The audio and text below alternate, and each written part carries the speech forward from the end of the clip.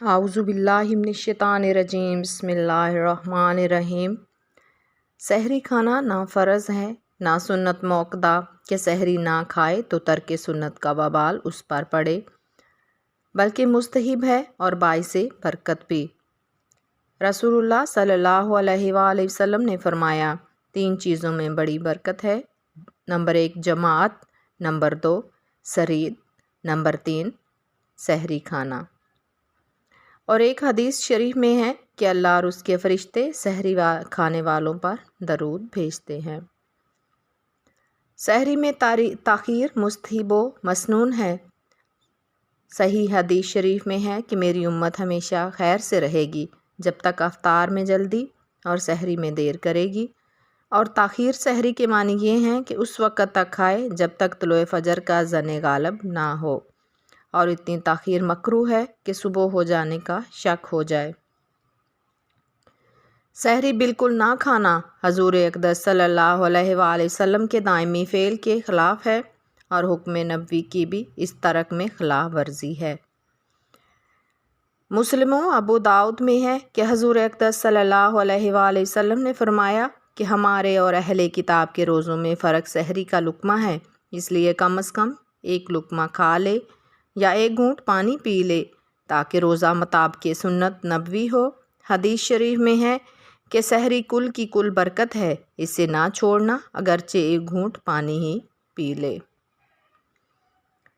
اتنا کھانا کہ طبیعت مزمل رہے اور دن میں کھٹی ڈکاریں آتی رہیں، یوں بھی کوئی پسندیدہ بات نہیں ہے یہ، اور پھر روزے کے مقصود کے برخلاف بھی ہے۔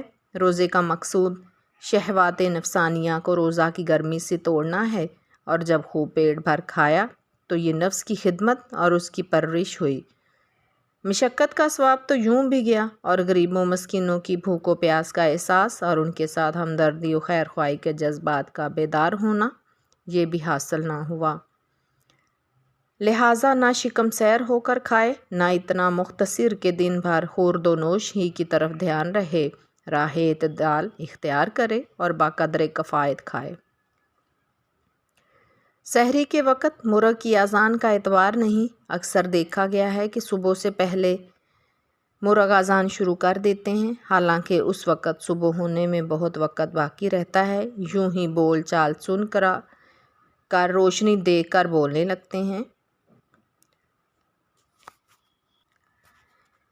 سحری میں تارے کی سند شرعی نہیں۔ بعض تارے دن میں چمک آتے ہیں تو انہیں دیکھ کر روزہ افطار کرنا کیوں کر جائز و صحیح ہو سکتا ہے، اور اگر افطاری میں اتنی تاخیر کی کہ غروب آفتاب کے بعد جو ستارے عموماً چمکتے ہیں ان ستاروں میں سے کوئی ستارہ چمک آیا تو یہ رافضیوں کا طریقہ ہے۔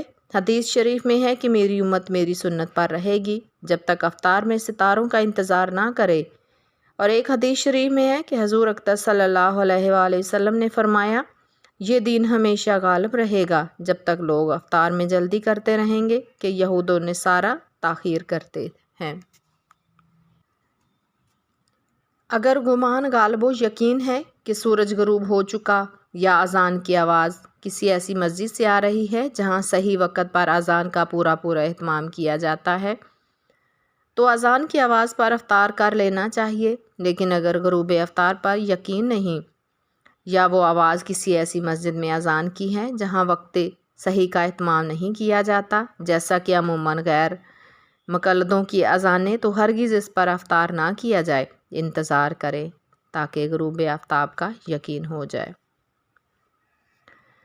توپ یا گولے یا ریڈیو پر وقت افطار کا اعلان یا ریڈیو کی اذان، ان سب کی میں حکم شرعی یہ ہے کہ اگر یہ امور کسی نامور عالم دین معتمد علیہ کے حکم پر انجام پاتے ہیں تو یہ بھی غروب آفتاب پر زن غالب کا ایک ذریعہ ہے، افطار کر سکتے ہیں، اگرچہ توپ چلانے والے یا ریڈیو پر اعلان کرنے والے فاسق ہوں۔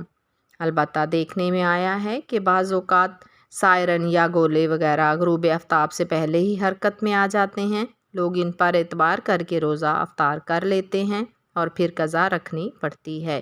اس لیے احتیاط اسی میں ہے کہ جب غروب آفتاب کا زن غالب ہو جائے افطار کر لیں۔ حدیث میں وارد ہے کہ حضور اقدس صلی اللہ علیہ وآلہ وسلم نماز سے پہلے تر کھجوروں سے افطار فرماتے۔